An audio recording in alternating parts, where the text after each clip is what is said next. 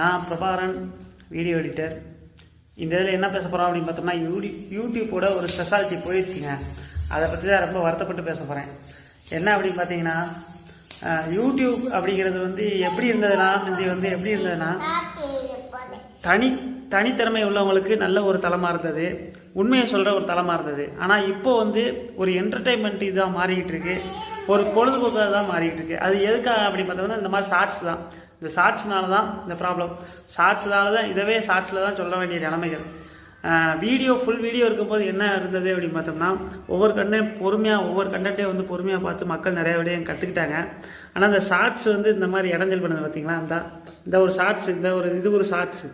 இந்த மாதிரி ஷார்ட்ஸ் வந்து வீடியோஸை வந்து இது பண்ண இடைஞ்சல் பண்ணி நம்ம வீடியோ நீ தான் ஷார்ட்ஸு ஒரு கண்டென்ட்டை உருப்படியாக போட வர்றீங்களா? ஆமாம், நீ சீர்த்தி தான். நீ என்னை வீடியோ போடும்போது இந்நேரத்துக்கு முன்னாடி தான் நின்றுக்கிட்டு இருந்தா. இப்போ வந்து ஏன் மேலே ஏறுற? வீடியோ பண்ணும்போது ஆமாம், ஒரு விடயத்தை சொல்ல வர்றியா?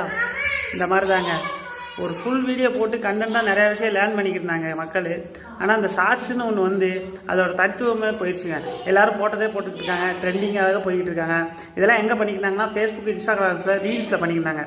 இங்கே வந்து இந்த யூடியூப் ஷார்ட்ஸை போட்டு வந்தாங்க இது பண்ணி. ஆனால் அந்த ஷார்ட்ஸ்லேயே நிறையா நல்ல விடயங்கள்லாம் நடக்குது. 3 நிமிஷத்துலேயே நிறையா கற்றுக்குறாங்க. ஆனால் அது குறைஞ்சி போச்சு. இதுதான் பிரச்சனை. பின்னாடி இந்த மாதிரி சில தொந்தரவுகள் வரும் பார்த்தீங்களா, நல்லா இந்த மாதிரி தான். இப்போ இந்நேரம் வரைக்கும் வெளியே தான் நின்றுக்கிட்டு இருந்தேன். இந்நேரம்